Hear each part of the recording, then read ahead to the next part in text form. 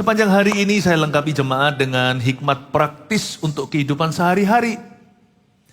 Dan Anda ambil catatan, kalau Anda tidak datang ibadah sebelumnya dan nanti berhalangan, satu pun harus dikejar ketinggalan. Karena setiap ibadah beda, akan menjamah satu area spesifik dalam kehidupan Anda. Catat di sini ya, menunya seharian sudah muncul tadi, sudah muncul, nah ini dia. Kadang-kadang kalau baca Amsal, itu cukup perlu renungan. Kita membaca itu kita kira ini hanyalah sajak belaka, puisi. Enggak loh. Di dalamnya ada banyak makna dan signifikan. Kalau kita bisa temukan itu, hidup kita pasti berubah. Saya ulang sekarang, seperti salju di musim panas. Masa salju turun di musim panas itu orang Jawa Tengah bilang kepiye? Kalau Indonesia tiba-tiba salju, banyak orang mati loh. Kemarin hanyalah hujan hail atau hujan storm atau hujan apa di Surabaya sini, hujan es, nggak pernah terjadi. Hujan es besar-besar, meskipun jemuran jadi rusak dan sebagainya, bersyukurlah bukan salju sungguhan. Kalau salju itu temperaturnya langsung ke 0, 1-2 derajat, minus itu nanti pasti banyak pemulung yang mati. Salju itu nggak turun di musim panas, itu out of place, tidak pada tempatnya. Ngomong apa sih ayat ini? Lalu hujan pada waktu panen, kalau panen hujan, rusak tuayan. Hujan akhir, hujan awal itu sebelum panen. Hujan awal itu untuk menyirami, menggemburkan tanah saat ditabur. Hujan akhir itu untuk menumbuhkan pesat-pesatnya. Tapi bukan waktu saat panen hujan, itu bisa hancur panennya. Bukan hanya out of place di luar tempatnya, seperti ikan di luar akuarium kan, dia gak bisa bernafas. Segala sesuatu itu indah kalau pada waktu dan tempatnya. Hal-hal yang indah kalau tidak pada waktunya juga gak indah loh. Hal-hal yang benar, penempatannya salah juga basi. Apa misalnya vaksin dan sebagainya, jenis ini harus disimpan, penyimpanannya harus betul. Harus mungkin di temperatur tertentu. Penempatan itu perlu. Kalau enggak hasilnya bisa disastrous dalam bahasa Inggrisnya, bisa malapetaka atau musibah. Bapak Ibu Saudara, hikmat itu mengajarkan kita untuk menempatkan segala sesuatu pada tempatnya. Dan untuk tahu waktu dalam segala sesuatu. Berkat Tuhan itu enggak kurang-kurang. Cuman manusia tidak bisa mengelolanya. Makanya jangan minta ekstra berkat. Minta hikmat. Minta hikmat untuk mengelolanya. Saya curiga jangan-jangan doa yang tidak terjawab itu bukan tidak dijawab oleh Tuhan. Tapi sudah terjawab. Hanya kita belum punya hikmat untuk bisa mengelola apa yang sudah ada. Kenapa begini, kenapa begitu manusia mengeluh? Padahal kalau kita dibukakan sama Tuhan, kita melihat ternyata di depan mata kita ada 5 roti 2 ikan. Gimana cara memberi makan 5.000 orang? Mana bisa dari makanan siang seorang anak kecil doang? Tapi kalau Tuhan membukakan mencelikan mata, baru make sense. Kalau sudah terjadi, alias sudah kejadian, kita baru berkata, aha. 5 roti 2 ikan itu kalau dibelah-belah-belah. Oh begitu caranya. Kreatif cara Tuhan, tapi butuh mata iman. Makanya itu kita harus tahu waktu dan penempatan sesuatu. Nah, salah satu hal yang paling gak cocok di dunia ini adalah penempatan hormat.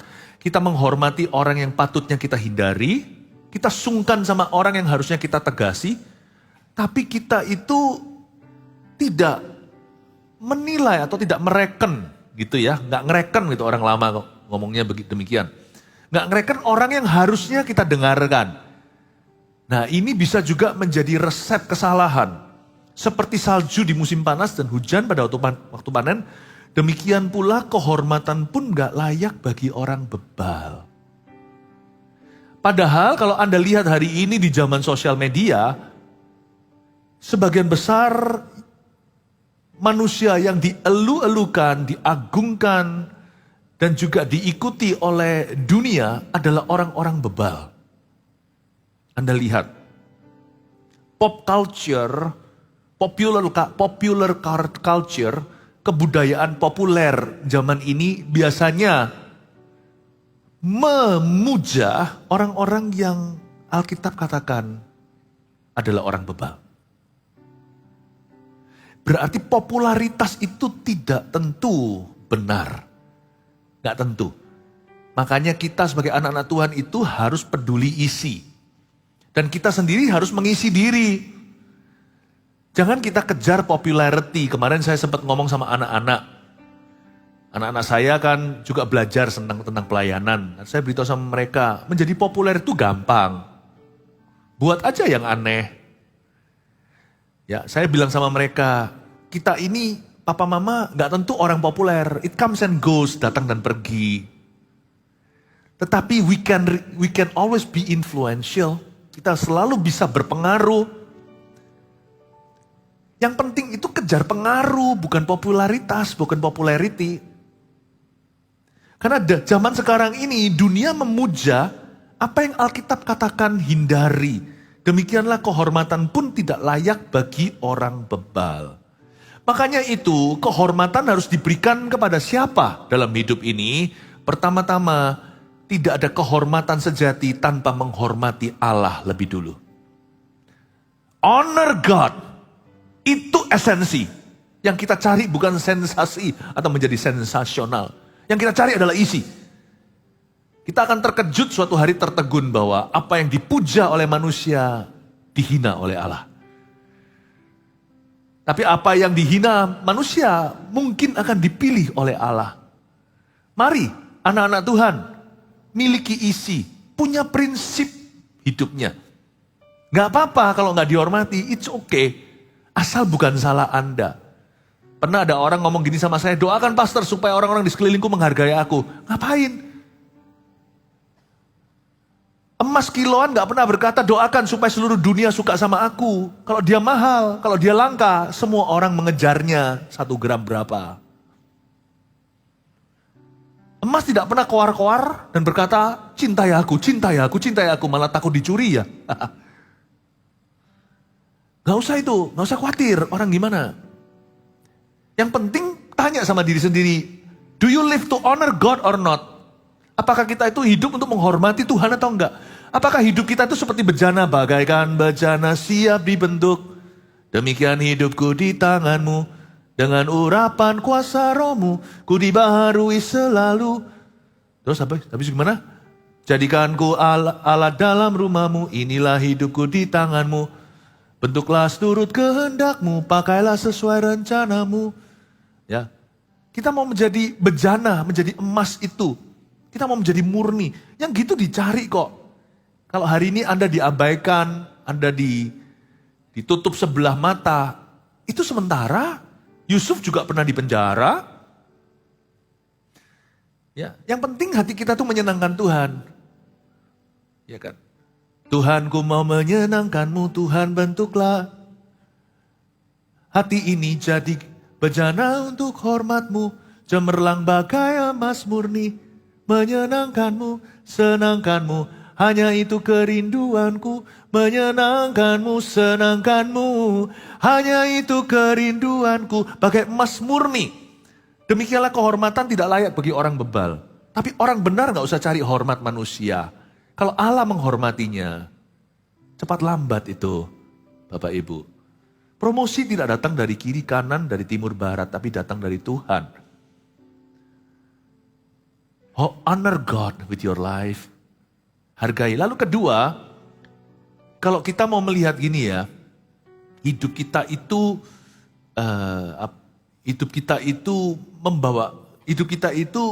menghormati Tuhan. Pasti nanti setelah kita menghormati Tuhan, kita juga harus belajar untuk menghormati orang-orang yang tepat dalam hidup kita. Mimpi saya ya, ini mimpi saya ya, semoga jadi mimpi Anda di gereja kita ya. Dengan kita mendidik mereka lewat Army of God Youth Group kita, Youth Ministry. Lewat Eagle Kids kita yaitu Children Ministry atau pelayanan anak-anak yang di luar sana seringkali disebut sekolah minggu. Di sini adalah gereja anak-anak kecil. Nah, kerinduan kami adalah supaya anak-anak Anda, kalau di sini ada yang sudah punya anak, baik anak masih kecil atau remaja, Nah, maka kerinduan kami adalah mendidik mereka dalam takut akan Tuhan, supaya suatu hari kalau ditanya, siapa role modelmu, siapakah yang menjadi mentormu, siapa yang menjadi idolamu. Kata idola kurang tepat sebenarnya, idola itu dari kata idol atau berhala, tapi ya nggak apa-apa. Itu bahasa kontemporernya, siapa yang dia look up. Dia itu lihat ke siapa. Semoga jawaban anak-anak Anda adalah papa mamaku. Bolehlah pastornya gitu ya, tapi semoga papa mama dulu. Makanya itu gereja mengajak kerjasama orang tua atau ortu. Makanya dibentuk bukan cuma anak-anak, yang dibentuk ini sekarang papa mamanya di ibadah umum. Anak-anak kami bentuk juga. Tujuannya untuk dikembalikan loh ke Anda. Tujuannya itu. Supaya mereka itu bisa honor their parents. Jangan sampai ya, firman hormati orang tuamu itu ditekankan dari sisi anak. Maka anak itu akan memikul salib untuk lakukan itu. Kalau mereka terpaksa. Paham maksud saya? Tapi ya gimana Alkitab berkata aku harus hormat sama papa mama. Ya memang sih, anak sudah kena skakmati. Dia terpaksa karena firman Tuhan. Janganlah buat ringan. Buat mereka yang merasa terhormat bisa menghormati Anda. Jadilah orang tua yang menginspirasi mereka menjadi teladan. Firman hormati orang tuamu itu seharusnya bermata dua. Bukan hanya kepada anak. Itu loh. Kalau anaknya di gereja, papanya di sebelahnya disenggol. Itu loh. Hormati papa mamamu. Harusnya gak usah disenggol. Kalau sampai anak perlu disenggol, you sudah kalah sebagai papa. Anda sudah kalah. Harusnya anaknya yang membanggakan papanya. Membangga-banggakan maksudnya, papa mamanya. Harusnya kalau ditanya siapa role model, siapakah idolamu? Papa mama. Bukan, ya sudah papaku memang begitu, aku ampuni dia. Loh jangan gitu. Ini UMR-nya, ini gaji minimal, yang ini bonus-bonusnya. Harus sampai limpah bonus-bonusnya. Menangkan respek putra-putrimu lewat teladanmu. Menangkan itu. Dari sisi pelayanan anak di gereja ini dan pelayanan muda-mudi, kami dorong mereka ke tengah, ke arah Anda. Dari sisi Anda, kami dorong hati Bapak kembali ke anak. Hati Bapak Ibu maksudnya. Win their respect. Supaya honor atau kehormatan itu tidak perlu dituntut dari mereka. Mereka berikan tanpa terpaksa. Mereka berikan dengan sukarela. Mereka memberikannya karena mereka terinspirasi oleh Anda. Karena Alkitab tidak pernah ngomong gini loh ya. Kagumi papa mamamu. Alkitab tidak pernah bilang gitu. Karena Alkitab sangat-sangat, Tuhan sangat mengerti, realistis. Bahwa tidak semua orang tua itu menginspirasi apalagi membanggakan. Tidak semua papa mama itu jadi teladan. Dan tidak semua ayah ibu itu bisa mengagumkan. Bukan berarti tanpa salah ya. Tapi orang tua yang real sama anak-anaknya. Jangan biarkan gelas emosi anakmu itu separuh terisi apalagi kosong sama sekali. Inspire them. Saya punya satu standar dalam hidup ini sekalipun saya pendeta. Berhasil atau enggak berhasilnya saya dalam pelayanan tidak tergantung keberhasilan pelayanan saya. Apa gunanya saya berhasil dalam pelayanan, Anda dalam pekerjaan, kalau saya gagal jadi papa atau jadi suami. Atau Anda gagal jadi mama dan jadi istri. Buat apa sih? Karena keberhasilanku dalam pelayanan, keberhasilan Anda dalam pekerjaan tidak bisa menjadi substitusi kegagalanmu di rumah. Bahkan Alkitab pun menjelaskan jelas-jelas ABC-nya, alfabetnya nggak berubah-ubah.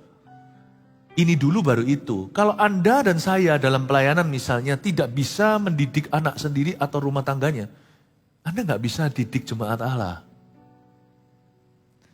Itulah sebabnya banyak orang sukses di dunia kerja sana. Bisa jadi konglomerat dalam pekerjaannya tapi melarat di keluarganya. Melarat kasih, melarat damai, melarat sukacita. That will be your loss loh. Itu adalah sebuah kekalahan. Tidak pernah Alkitab mengatakan kagumi papa mamamu. Karena Alkitab tahu bahwa tidak semua orang tua mengagumkan. Bahkan tidak ada tertulis kasihilah loh papa mamamu, orang tuamu. Nggak tentu. Kalau seorang ayah yang meninggalkan putrinya dari sejak kecil lalu tiba-tiba nanti sudah dewasa datang dan ngaku-ngaku aku ayam, memang betul secara biologi. Alkitab juga tidak akan pernah menyalahkan dia kalau dia tidak mau panggil papa. Panggil gitu. Tentunya kalau sampai dipanggil papa pulih itu betapa indah ya. Tapi nggak tentu harus. Alkitab tidak berkata cintailah papa mamamu. Hormati. Hormati. Salah pun bukan berarti kita hormati kesalahannya, tetap hormati orangnya. Isn't that amazing? Dan tapi itu juga ngeri loh. Berarti adoration atau mereka anak bukan adoration tapi anak punya reference atau rasa takut segan anak pada orang tua itu tidak menjadi rapor objektifmu sebagai orang tua. Karena mereka kena firman. Jadi kalau mau ngecek beneran apakah kita itu seperti apa dalam hidup anak-anak kita, jangan cek di area hormat. Di area hormat itu karena kena firman dia. Cek di area cinta. Kedekatan. Nggak semua kan orang tua di sini semua pasti yang punya orang tua pasti mau nggak mau kita hormat. Semua pasti akan hormati. Tapi saya ragu, nggak semua akan dekat sama orang tuanya. Nggak semua.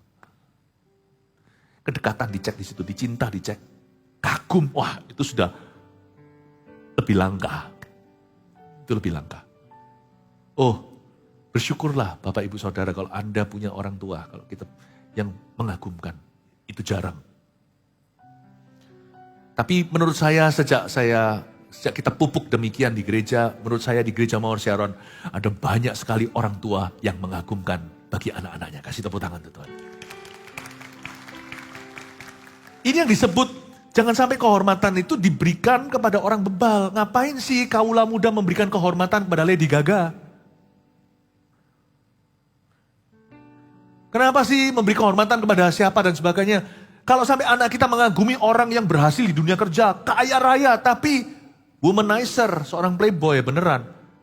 Itu sudah kegagalan bagi orang tuanya. Kalau dia sampai look up pada figur gitu, berarti dia hanya lihat materinya.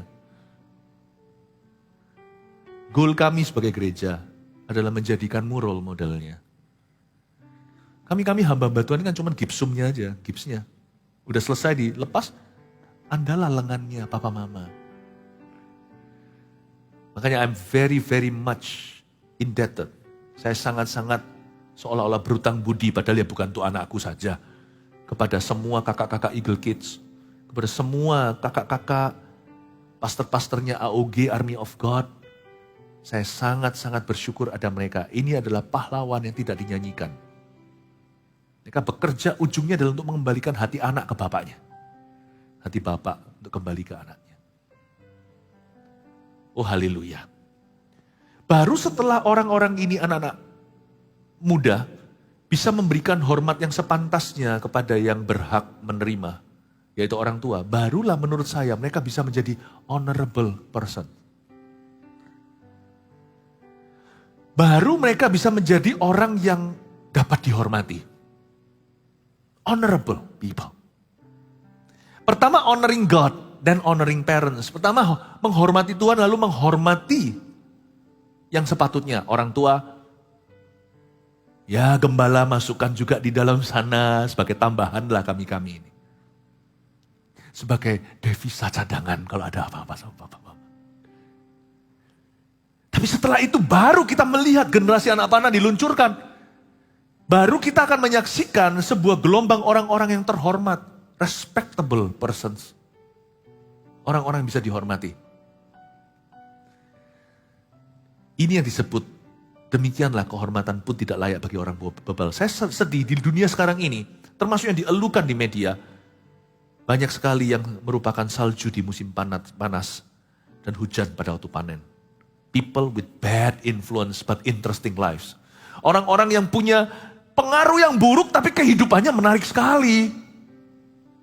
Keeping up with. Siapa? Ya kan? Keeping up with apa? Reality show ini itu. Padahal kalau kita lihat hidupnya gak keruan. Gonta-ganti pacar, pasangan, cerai-ceraian. Kekerasan, omong kotor. Tapi hidupnya memang interesting. Aneh tuh. Anak-anak di dalam keluarga yang kenyang kasih tidak tertarik dengan mereka-mereka tuh. Tapi orang-orang yang kelaparan kasih karunia mencari yang gituan. Aneh ya?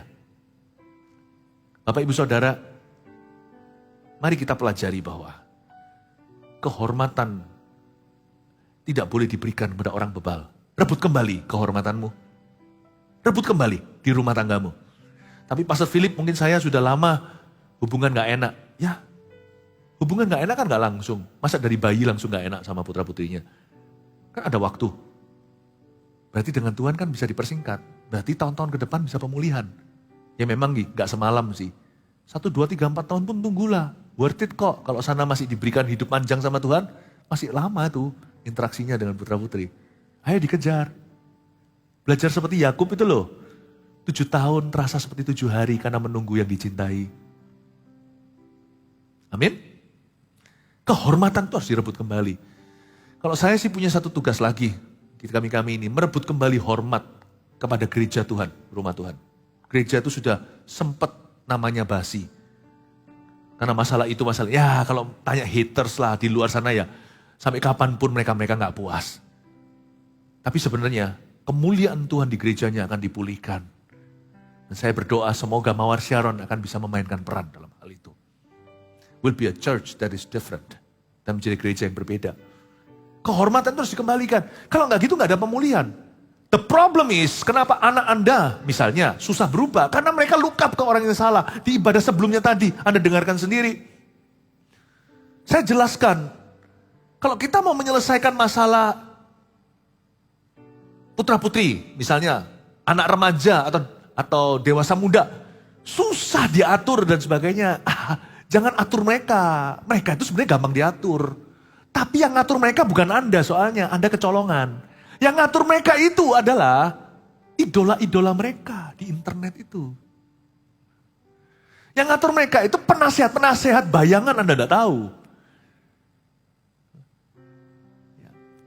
Yang disebut keren sama mereka itu mereka dididik siapa? Memang matematika, fisika dididik sekolah. Tetapi value hidup nilainya itu tak terdidik. Itu cul-culan, lepasan. Mereka itu diajari siapa? Siapa penasehatnya?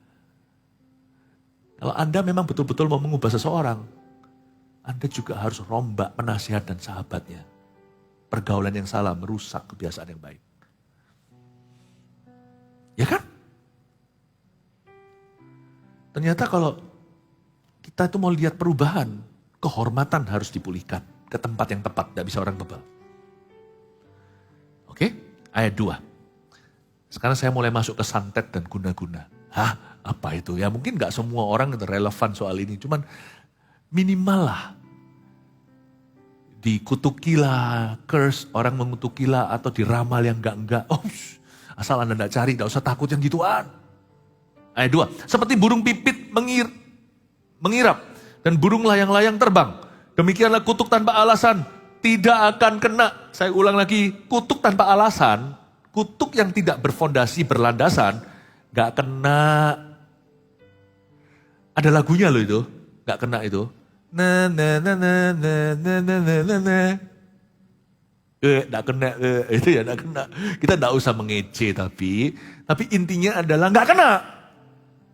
Kenapa sih ada orang itu yang takut sekali, superstitious sekali gitu loh. Ulang tahun jangan dirayakan lebih awal. Nanti kenapa? Umur pendek katanya.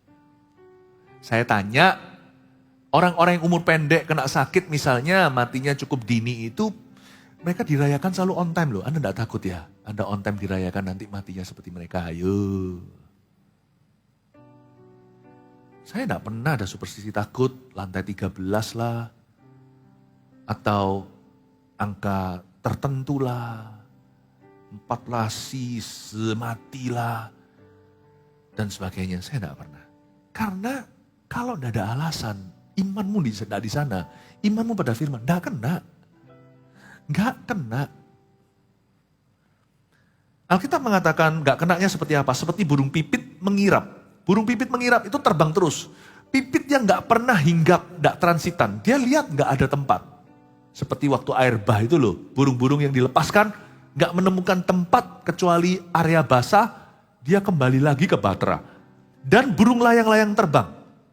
Bapak ibu saudara, nggak usah percaya gitu-gituan.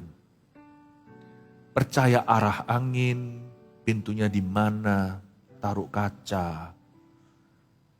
Saya lebih takut dengan dia yang jalan di atas angin dan air. Dan diangkat di atas awan. Dia yang berjalan di atas Feng, dia berjalan di atas Sui. Yesus Kristus namanya. Hidupku bukan berdasarkan angin, air gak lebih pangkat dari saya. Lebih hebat iya, dia bisa menenggelamkan. Saya gak bisa kontrol dia. Kecuali lewat doa, Tuhan bisa dengarkan, mengubah cuaca. Tapi dia gak lebih pangkat karena ciptaan Allah yang paling mulia adalah manusia. Saya ini kakak sepupu, kita ini koko sepupunya, sesepuhnya angin dan air. Angin air itu kan ciptaan Allah. Siapa lebih mulia? Manusia dalam gambar dan rupa Allah. Angin dan air kok saya cari nasihat gimana? Saya gak pernah punya kepercayaan gitu. Baik termasuk jika ada orang yang sengaja mau guna-guna atau santet kita yang mau kerjain kita. Gak kena. Kalau tidak ada 3 celah ini saya buka. 1, tidak ada dosa yang ditekuni dalam hidupmu atau yang tidak ditobati untuk waktu yang cukup lama. Kalau kita menyimpan dosa yang kita tekuni ya, dosa yang profesional kita tekuni terus tidak mau kita tobati, apes-apesan, berarti Anda tidak punya antibody secara rohani. Dan zaman-zaman wabah kalau Anda lemah, kurang vitamin D, K-nya dan sebagainya, kurang zinc-nya misalnya, virus lebih gampang masuk. Tapi orang-orang yang antibodinya kuat bisa kena tapi cepat lalu. Ya konsep itulah pada dasarnya sama secara rohani. Kalau kita itu lagi lemah karena dosa melemahkan, keluar sana. Tergantung kalau kita kena sambar sesuatu ya kena Bapak Ibu. Tapi kalau kita itu kuat dalam kuat kuasa Tuhan, tidak bisa melekat. Mau namanya santet lah, guna-guna lah, dikerjain orang, gak bisa. Gak bisa. Ada orang pernah berkata, apa saya ini kena sesuatu ya? Apa anakku kena? Mungkin kena guna-guna ya, bisa begini segalanya. Kalau ada mesbah, dan jikalau orang tua dalam mesbah doa keluarga itu, bukan aktivitasnya, you are the prayer warrior. Gak kena. Gak bisa kena. 1 tadi dosa yang ditekuni, 2 jangan coba-coba buka celah dengan konsultasi pada kuasa gelap. Jangan mau diramalkan. Tapi tepat loh pastor, coba dengerin lagi. Semua itu nanti berujung pasti ada celakanya. Kenapa terjadi? Karena Anda beri faith. Faith itu powerful, setan tahu. Faith can move the mountain. Oh dengan tepatnya iman bukan hanya bisa memindahkan gunung, iman juga bisa menimpluk gunung ke kepalamu sendiri. Karena itu jangan kasihkan kepercayaanmu kepada yang lain kecuali pada Tuhan dan firman. Jangan konsultasi pada kuasa gelap. Orang pintar tidak pergi ke orang pintar, paham maksud saya? Orang yang pintar beneran. Karena ketika kita pergi ke situ, kita dibodohi. Pasti kan akan mengganggu. Misalnya kalau Anda ketemu seseorang berkata, 2 tahun lagi ada kematian di keluargamu. Wah, kita gak percaya pun terganggu, ya kan? Pikiran kita langsung gundah gulana, gelisah, antisipasi. Jangan-jangan dari antisipasi malah pelan-pelan kita jadikan itu profesi. Nubuatan yang kita genapi sendiri, lalu sungguhan mati. Matinya kenapa? Karena kepikiran. Jatuh sakit dia. Setan itu tidak menentukan hidupmu. Setan hanya bisa mengutuki Anda. Dia tidak bisa menentukan, dia mengutuki. Tapi Pastor Philip kan kadang-kadang kita ini curious ya, rasa ingin tahu. Iya sih, dari nenek moyang kita, Adam dari dulu memang penasaran, makanya dia ambil dari pohon pengetahuan. Baik, gak apa-apa, yang jahat pun mau deh. Pokoknya aku mau tahu. Bahaya loh itu. Tadi di ibadah-ibadah sebelumnya, nanti Anda dengarkan sendiri, saya jelaskan. Sebenarnya adalah sebuah berkat untuk kita gak tahu segala sesuatu atau tahu masa depan kita, itu berkat loh. Kalau sampai kita tahu, maka kalau kita tahu apa yang baik, maka kita akan dengarkan sendiri. Kalau kita tahu sesuatu yang buruk, kita akan Anda dengarkan sendiri, tadi saya sudah kasih sedikit juga di sini. Anda akan kepikiran. Jadi sebenarnya paling enak itu hidup, makanya hidup oleh iman itu kelihatannya nggak enak ya. Kita rasanya disuruh percaya tanpa melihat, tapi sebenarnya enak loh. Kalau kita lihat semuanya, segala sesuatu nggak enak loh. Saya suka makanan tertentu ya kan. Sekarang sih mulai mawas diri karena lu semakin berusia. Tapi saya sekarang kalau kepikiran dulu itu nikmatnya makan waktu saya makan ngemperan apa gitu. Waktu saya sungguhan lihat cara bikinnya. Untung saya nggak tahu. Kalau sampai tahu bukan karena apa. Perut Indonesia ini kan menter. Tapi kalau saya sampai tahu saya bisa muntah loh. Saya bisa sakit perut loh. Bukan karena perut. Tapi karena pikiran. Thank God I didn't know everything. Puji Tuhan saya tidak tahu apa-apa. Makanya sekarang hidup jadi anak kecil sama jadi orang dewasa, mana lebih enak? Orang dewasa tahu terlalu banyak. Stresnya segini, realitanya segitu. Jadi sebenarnya lebih banyak stresnya. Anak kecil loh, gak tahu. Pada waktu pesawat lagi goyang, gitu semua. Papa mamanya ketakutan, anaknya yeay, wih. Dikiranya Disneyland. Anak kecil itu stresnya segini. Realitanya segitu. Toh cepat lambat dia akan ready. Kalau kita, realitanya cuma segini. Yang kita takuti, stresnya segunung. Kita mati bukan karena reality, kita mati bukan karena masalah, kita mati karena pikirannya. Saya kira lebih baik sih kita gak tahu segala sesuatu. Why don't you just trust His promises? Percaya pada janji Tuhan. Asal tidak ada dosa yang Anda tekuni ya. Asal jangan konsultasi pada kuasa kegelapan. Tidak usah cari tahu lah minta diramal. Apalagi yang ngeramal. Janganlah ya. Kalau Anda mau meramal orang. Gini dulu boleh ramal saya. Saya tanya dulu. Anda matinya gimana di mana? Beritahu saya. Kecuali kalau mau bunuh diri jangan. Itu berarti sudah perencanaan. Ini kan nubuatan. Beritahu dulu. Kalau Anda tahu untuk hidupmu. Dan ramal aku. Atau lebih tepatnya saya balik lah. Kalau mati kan terlalu jahat. Tabu ya. Dulu waktu sebelum lahir, Anda packing nggak?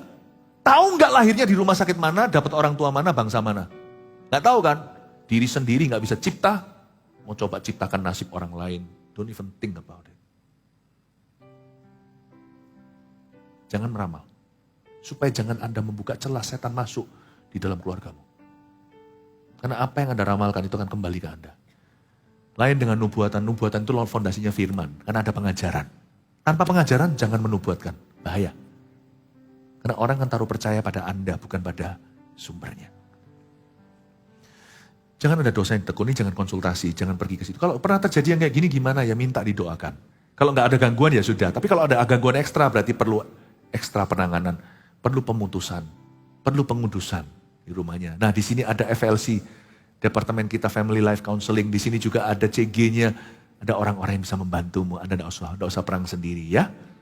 Jangan takut, kuasa gelap itu tidak bisa apa-apa kalau Anda tidak buka celah atau buka pintu. Yang ketiga tadi adalah superstisi. Sekali lagi, hati-hati dengan superstisi ya. Percaya ini, percaya itu, percaya ini, percaya itu. Ternyata heran loh, aneh loh. Di dunia ini banyak anak-anak Tuhan, orang Kristen yang mendua hati. Dia percaya Yesus plus-plus. Siapa yang percaya Yesus plus-plus?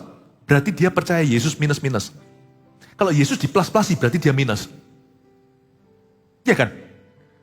Kalau ada seorang suami ngomong sama istrinya, aku masih butuh perempuan lain. Berarti dengan kata lain, dia berkata, sayangku. Gitu masih sebut sayangku lagi. Sayangku, kamu minus. Makanya perlu ditambal. Kalau Anda tambahkan sesuatu di samping Yesus, berarti Yesus bukanlah juru selamatmu. Kalau dia tidak jadi juru selamatmu, dia bukan siapa-siapa bagimu. Jangan Yesus tapi ketika kita mau beli sesuatu rumah segalanya, lihat dulu ini tuh padahal itu adalah anak Tuhan. Nggak usah begituan. Nggak usah begituan aja. Kita sudah harus menghadapi hal-hal demikian. Misalnya ada orang yang gimana bangun apa segalanya selamatan. Kita kan nggak bisa apa-apa. Buru-buru bekerja kan mungkin mereka ada kepercayaan mereka sendiri. Itu pun kita hadapi gini. Masa dari kita mau nambahi? Kalau garam kehilangan keasinan, dengan apa dia diasinkan? Kalau orang Kristennya superstisi, gimana lagi firman? Bapak ibu saudara harus tegas berdiri. I have no other belief. Saya tidak punya kepercayaan keyakinan lain. Saya ngomong dulu nih sekarang. Saya nggak punya. Kecuali Kejadian dan Wahyu. Kejadian sampai Wahyu. I don't have any other belief. Kalau Anda masih punya ruang untuk percaya sesuatu yang lain, berarti belum selidiki firman.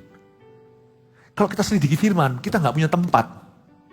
Kalau orang yang masih bisa jajan, berarti belum kenyang. Kalau kita sudah dikenyangkan firman, nggak punya ruang. Kalau saya ditanya, saya masih punya kepercayaan superstisi lain? Nggak ada. Sungguhan nggak ada. Kenapa? Nggak ada tempat. Kejadian sampai Wahyu saya udah kenyang. Ini aja nggak cukup tempat karena kadang-kadang kapasitasku kurang. Orang Kristen yang masih bisa punya plus berarti dia tidak punya firman. Orang yang punya firman penuh hatinya. Penuh.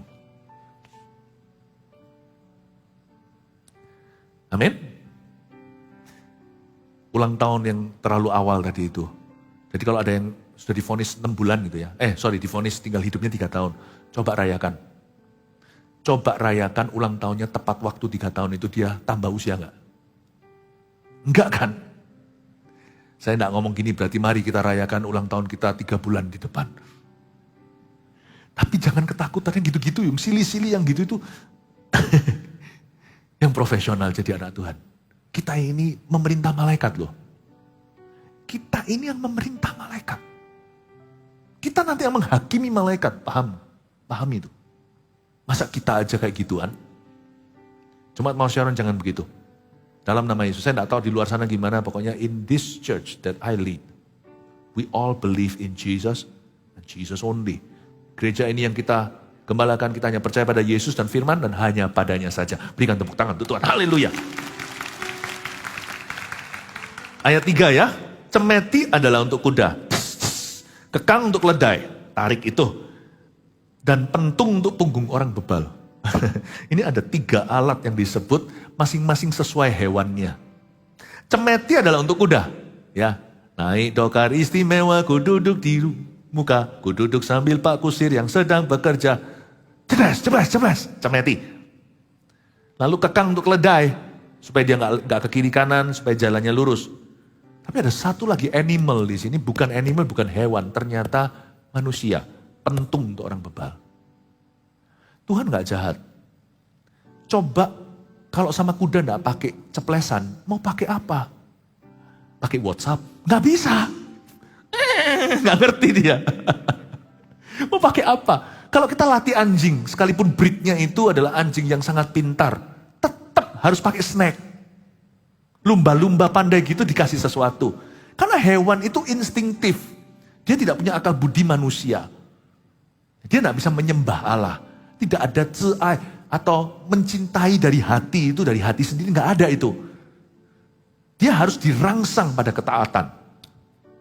Jadi sebenarnya cemeti pakai kuda itu tidak untuk membunuhnya. Cemeti untuk kuda itu adalah bahasa yang dipahaminya. Kekang untuk keledai harus pakai kekang. Kalau nggak gitu dia bisa tendang-tendang gitu ya. Nggak lucu kalau turis di Yerusalem ditendangi keledai gitu, nggak mau datang lagi.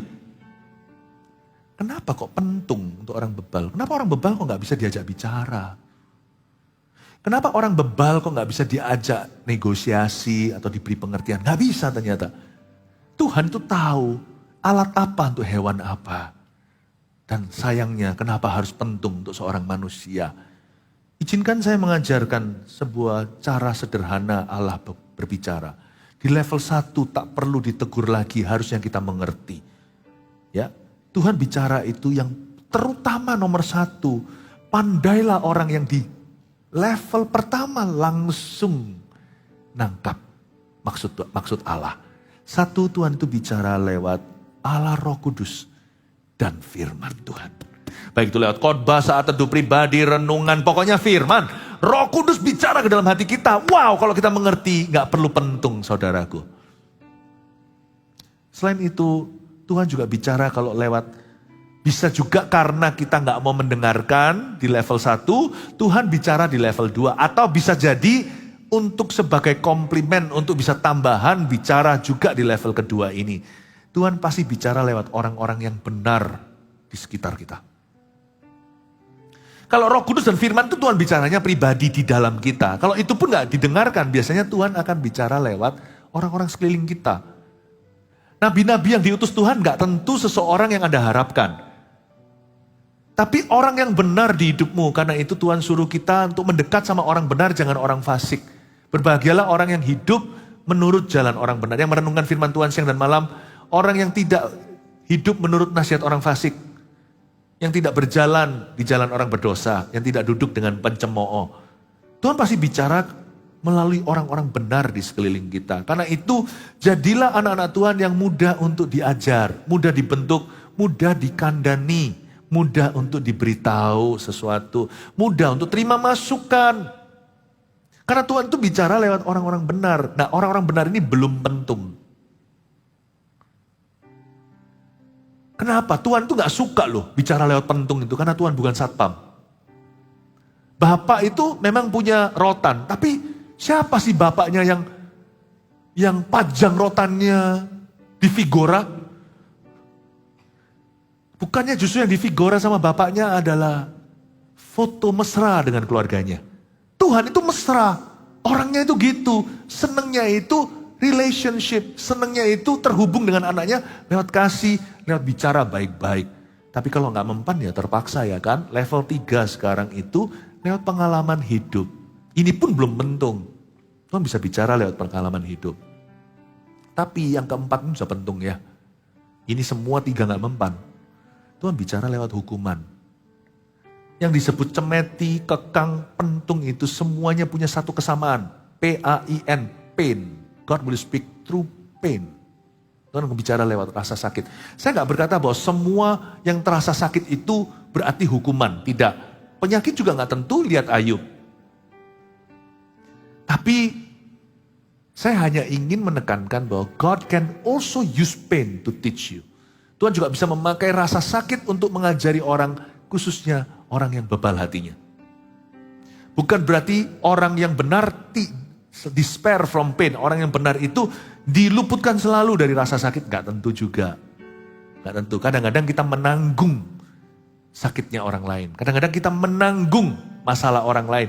Yesus Kristus contohnya di kayu salib. Mari kita buat komitmen tahun ini. Kalau Tuhan bicara kepada kita, kita mendengarkannya. Ayat yang keempat. Jangan menjawab orang bebal menurut kebodohannya. Supaya jangan kau sendiri menjadi sama dengan dia. Jawablah orang bebal menurut kebodohannya, supaya jangan ia menganggap dirinya bijak. Tunggu. Ayat 4 sama 5 ini kok langsung pelin-pelan ya. Anda baca lagi coba. Pertama kan ayat 4, jangan menjawab orang bebal menurut kebodohannya. Tiba-tiba lompat. Ayat 5, jawablah orang bebal menurut kebodohannya. Gimana sih?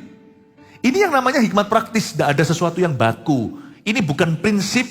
Ini adalah hikmat. Ini bukan prinsip dasar. Tapi ini adalah tahu harus berbuat apa di setiap kondisi yang berbeda. Karena itu penting sekali hikmat praktis untuk hidup sehari-hari itu dilandasi firman yang baku. Kasih, bukan benci, kasihi musuh-musuhmu. Tetapi juga dalam kita mengaplikasikan firman Tuhan dibutuhkan hikmat lagi. Ya, Roh Kudus itu perlu tuntun hati kita, tahu kapan waktunya untuk diam, kapan waktunya angkat bicara. Karena yang disebut orang silence is golden, diam itu emas. Nggak tentu juga kalau orang itu butuh Injil kita diam saja. Berarti dia masuk neraka, kita tanggung darah. Tapi kadang-kadang kita itu bicara di posisi yang salah. Misalnya diajak orang debat tentang Tuhan. Wah, kita debat ikut emosi. Wah, jangan coba jewer anjing yang sedang berkelahi. Ini ayat juga loh di Amsal lagi. Ini di salah satu Amsal bunyinya begitu. Wow, kalau lihat Pitbulls lawan Doberman atau Rottweiler lawan Herder, wow, Anda jewer kupingnya, siap-siap putul jarinya. I think dalam waktu itu silence is golden. Nah, saya tidak pernah jawab haters, tidak pernah. Karena it's not my business. You are my responsibility. Bapak, Ibu, Saudara, disinilah terjadi percekcokan rumah tangga. Ada waktunya istri hanya mau didengarkan sekalipun mulutnya yang berbicara. Kamu kok gini. Dengarkan saja. Nggak semua istri begini ya, by the way istriku nggak begitu. Karena salah. Waktunya Anda itu gak bicara. Karena laki-laki pikirannya beda sama perempuan. Laki-laki itu tanya ya harus dijawab. Gak tentu. Di dunia perempuan tidak sama. Saya bukan sok tahu, tapi semoga benar ya ibu-ibu. Kadang-kadang yang diinginkan itu hanyalah kita mendengar. Papa, sayangku. Baju hijau atau biru? Coba sambil handphonean gini ya. Terserah. Hubungan langsung 1 senti menjauh. Taruh. Dalam hatimu, bedanya apa? Jawaban. Tetap dijawab. Jangan langsung biru, hitam, hijau. Yang lebih parah daripada terserah adalah dijawab. Kamu gak lihat kok. Bulu mataku gimana? Bagus? Kamu gak lihat kok. Nah ya kan kita bisa gitu. Jawablah, taruh, lihat, berpikir seperti patung yang tingkar itu loh.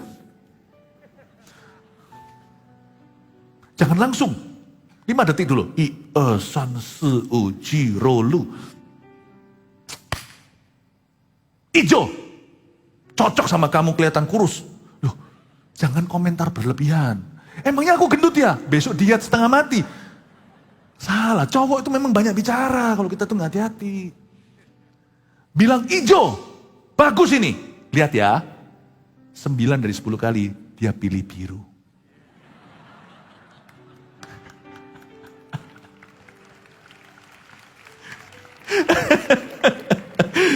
Puji Tuhan.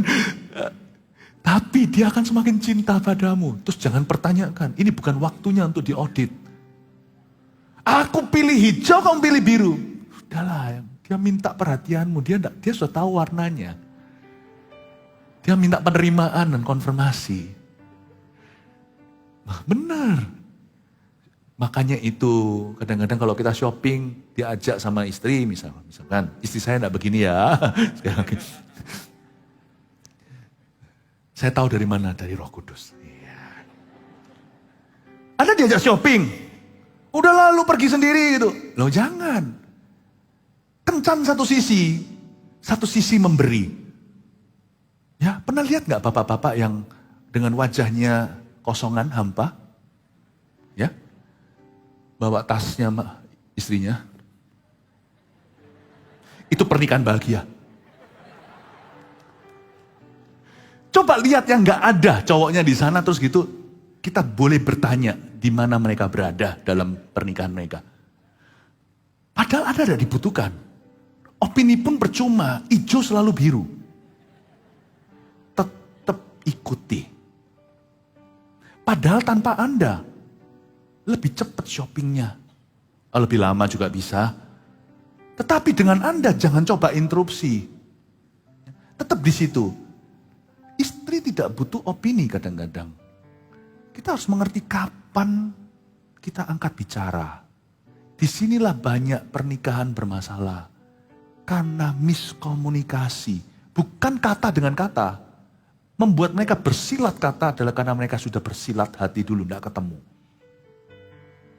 Makanya itu maksud baik dua-dua, tapi jadi berbenturan. Karena kita nggak mengerti. Kadang-kadang pikiran laki-laki, lah aku di sini ada pembuat perbedaan apa? Ya karena kecuali kalau harta, kan hartanya bukan harta berpisah, harta bersama. Keluar kredit card sini situ ya sama aja kok akhir bulannya. Lah aku di sini ini gunanya apa? Laki-laki berpikir gini kan, time is money. No, time is honey. Nggak apa-apa, ikuti itu. Saya nggak tahu apakah saya ini ngomong seperti ini nggak masuk akal atau gimana. Saya perlu konfirmasi dari ladies. Yang ibu-ibu di sini yang sudah punya suami yang kepingin kalau lagi pergi gimana dibarengi suaminya kelihatan cantik pakai tasnya begini dan Anda merasa Anda dikasih kalau begitu, coba kalau Anda bilang, oh enggak ya. Ya, tapi memang ada juga istri-istri yang tambah merasa annoyed ya, ada suaminya di sana. Aneh-aneh sih, memang dunia ini kan berbeda-beda. Tapi intinya adalah Bapak Ibu Saudara, ketahuilah kapan kita berbicara, kapan tidak. Jangan menjawab orang bebal menurut kebodohannya. Supaya jangan kau sendiri menjadi sama dengan dia. Kalau kita itu tidak menjawab seseorang, contohnya misalnya ketika dia marah, Itu karena orang itu tidak bersedia mendengar. Anda dan saya harus bisa mengerti, di waktu tertentu ada orang-orang yang bersikap tertentu itu bukan karena ingin Anda ngomongi sesuatu. Ini sudah lepas, bukan suami istri tadi ya. Ini sudah ke kasus nih. Kalau sampai kita itu ketemu dengan orang bebal yang sedang mengajak debat dan sebagainya, jangan kita itu turun ke level orang itu. Karena kita lebih baik diam, golden is silence. Silence is golden.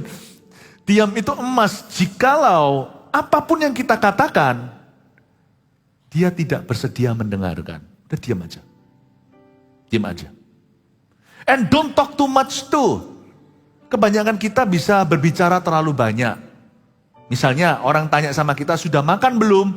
Jawabannya bukan sudah makan atau belum. Kan sederhana. Sudah makan atau belum? Ya sudah, tapi tadi aku makan di restoran itu nggak enak, servisnya jelek segalanya. Lu nggak tanya. Never answer people more than you ask. Jangan jawab orang berlebihan daripada yang ditanyakan. Karena itu membuat kita jadi turun level. Kita jadi nggak bijaksana tapi jadi bodoh. Satu level lagi kalau kepancing dalam sebuah perdebatan jadi bebal. Ya. Kita seringkali begitu loh. Kalau kita nggak sadari, saya juga bisa demikian. Gimana? Itu ya. Gimana? Dan ada orang yang kurang peka lagi. Gimana, sehat nggak? Lihat dulu orang itu siapa, maksudnya apa. Kalau cuma basa-basi ya juga, ya terima kasih. Ya ini itu. Tapi kalau tanya sungguhan ya harus Anda beritahu. Tapi kadang-kadang kita berlebihan, kita bilang ini gini. Dan kelihatan kan matanya mulai. Nah kita harus peka, stop. Nggak masuk. Whatever nggak masuk. Stop. Nggak masuk. Jangan berikan informasi lebih daripada yang patut. Informasi itu mahal loh hari-hari ini. Bisnis informasi itu yang menjadikan banyak orang konglomerat hari ini. Hold your information. Don't talk too much. Ya, itu pun we don't talk too much saja, we will talk much. Karena ada banyak hal di hidup ini perlu dibicarakan. Tapi jawablah orang bebal menurut kebodohannya, lawan katanya. Tadi jangan jawab, sekarang suruh jawab. Kalau dengan syarat-syarat ini, kalau orang itu bisa bisa mendapatkan keuntungan dengan dari masukan Anda. Jika orang itu kira-kira ada pintu sedikit terbuka untuk terima masukanmu, kalau Anda diam, egois namanya. Speak up, bicara. Kalau menurut saya ya begini. Ya. Apalagi jikalau nama Tuhan dipertaruhkan untuk kemuliaan Allah. Oh, angkat bicara. Misalkan dia ngomong sesuatu, begitu ya. Contohnya orang Kristen semua sama di situ, ada Kristen, Anda bukan. Anda yang orang Kristen, jemaat Mawar Sharon, nggak usah debat. Cepet hit and run, bilang, sebentar, nggak usah, pilih kata-katamu. Misalkan dalam pertemuan, lagi fitness sama-sama atau apa, lalu tiba-tiba obrolan mulai nggak suci. Padahal ada anak-anak Tuhan di situ yang lemah iman tapi kalah didominasi dengan orang yang bebal yang ngomongnya itu suka omongnya itu suka sarkastis, suka sadis kalimat-kalimatnya, suka sinis. Saya jadi Anda, saya akan angkat bicara karena saya otomatis kalau yang lainnya lemah saya harus jadi kokonya. Saya akan bilang, sorry tapi tidak semua orang Kristen kayak gitu kok. Semua kan lihat gitu, tapi orang-orang yang di samping kanan kiri yang Kristen itu juga semuanya akan thank you. Enggak semua orang Kristen gitu. Enggak usah bela diri gini gitu, enggak usah. Jangan masuk ke perdebatannya. Make your statement. Enggak semua orang Kristen kayak gitu, aku juga diberkati sama orang Kristen kok. Udah. Cepet-cepet. Gimana? Ayo loh, masa kita enggak olahraga lagi nanti ini keringatan percuma nih apa sekalian. Alihkan. Tutup buku. Anda ketok palu. Dia bisa ngomongnya banyak, Anda satu kalimat aja. Enggak semua orang Kristen gitu. Tidak semuanya demikian. Simple kan? Kenapa? Karena ada orang lain dipertaruhkan. Karena nama Tuhan dipertaruhkan. Tapi kalau dia mau membuka lebih besar lagi hatinya, maka saya akan bicara. Paham Bapak Ibu Saudara? Jangan jadi orang Kristen yang main aman di masyarakat. When you need to stand up, you stand up. Bukankah kita semua adalah saksi? Witness, saksi Kristus terakhir. Oh haleluya. Sampai mana nih? Ayat 5 ya. Ayat 5 aja. Saya rasa tidak bisa sampai ayat 8. Terakhir aja. Jawablah orang, sudah ya. Jawablah orang bebal menurut kebodohannya. Ayat 6. Ayat 6. Siapa mengirim pesan dengan perantaraan orang bebal mematahkan kakinya sendiri dan meminum kecelakaan. Amsal di mulut orang bebal. Kita di ayat berapa sih? Ayat 6 ya. Ayat 6, 7, 8. Ini kalau saya bahas 15 menit sendiri. Udah, mari sampai sini aja, ayat 5 aja. Nanti lanjut di ibadah berikutnya, Anda bisa ikuti, baik itu fisik, secara fisik atau online, Anda bisa ikuti ya. Saya rasa enough for now, jadilah witness atau saksi hidup di mana Tuhan menempatkan, jangan main aman, jadilah bijaksana. Anda harus tahu kapan sebaiknya diam, kapan sewaktu atau seharusnya bicara. May God bless you. Berikan tepuk tangan bagi Tuhan.